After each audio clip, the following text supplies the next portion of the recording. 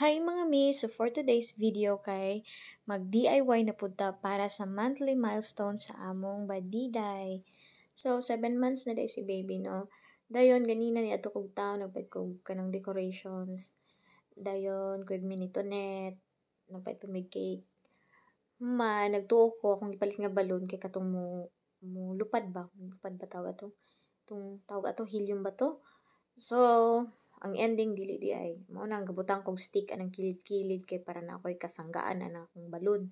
And then may na lang nagpalit kog double-sided tape. So kung wala na maghilak taning daplin jud unsaon nato pag-decorate. Dayon struggle is real jud kaayo kay grabe jud kanang dili bitaw kaanan mag-decorate tas di pa kakabalo. Kanang sa internet lang ka magkuha og idea. Ay naku mahirap pero okay lang, masaya. Kay naara pod ba maskin dili jud siya perfect, pero at least naay na-decorate, di ba? O sumo na to, pa-cute ang palangga.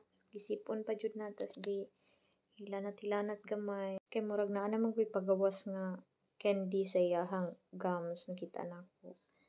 Di man daw maayo ingon. So candy na lang. Sumo to, diha laka grabe yung kuan problema nako ganina kay unsaon naman pagpapilit pero nahimo ra ba gyud pod with the help of Tonet. Dayon diri nalibog na pud kog aha na po namo ibutang ng 7 nga balloon, number balloon. So diha na magibutang kay murag diha ra siya bagay.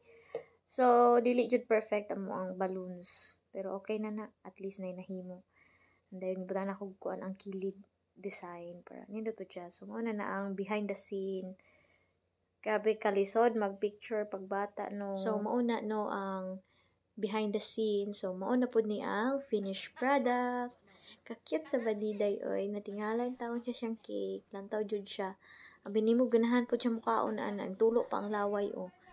Pero di jud na siya kabalo pa muhungit. Dili pa na siya kabalo mukhaon ni ngana. Namuhungit sa iyang kamot nga siya lang. So, mao ra na. Cute kaayo. Thank you so much for watching. Sa sunod na pod, mangita pa mi sa among itim sa sunod man. So, mura to. Thank you guys for watching.